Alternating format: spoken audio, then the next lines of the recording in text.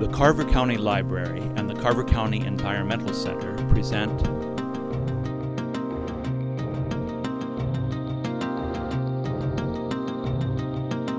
Why do we want to dispose of these items at a specific specialty facility such as the Environmental Center? Well, the sanitary water treatment facilities that collect and treat our wastewater from our houses aren't geared to handle some of the different chemical concentrations that are in our household chemicals. Also, when we throw these materials away, what often ends up happening is that they end up in landfill leachate, which can contaminate our groundwater and our drinking water sources. Often people don't realize that in the state of Minnesota it's free to drop off any household hazardous waste. Carver County has the Environmental Center for folks to utilize. Other counties have other environmental center or recycling centers that are also geared towards taking household hazardous waste.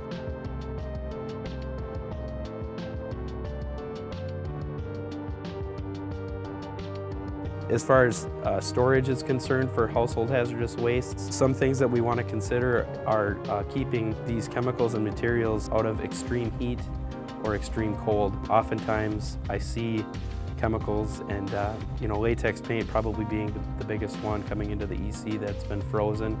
And once latex paint and some other different chemicals have been frozen, they're really no longer fit for use, otherwise they have to be disposed of.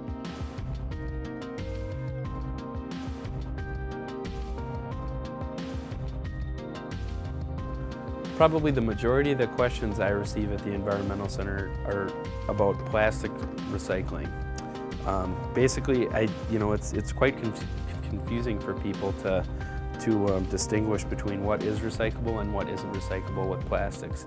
And the general two rules I tell people are, number one, it has to be a number one or a number two plastic, meaning that the symbol on the inside of the recycling triangle is either a 1 or a 2, meaning it's one of two kinds of plastics that can be recycled. Number two, it has to either have a handle on it or it has to have a neck on it. And basically, these two criteria, if it has a handle or it has a neck, it is a plastic that has been molded so that it can be recycled.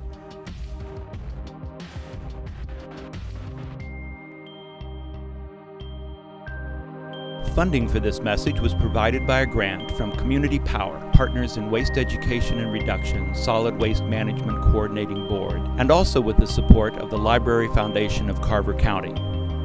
For more information, contact your local Carver County branch library.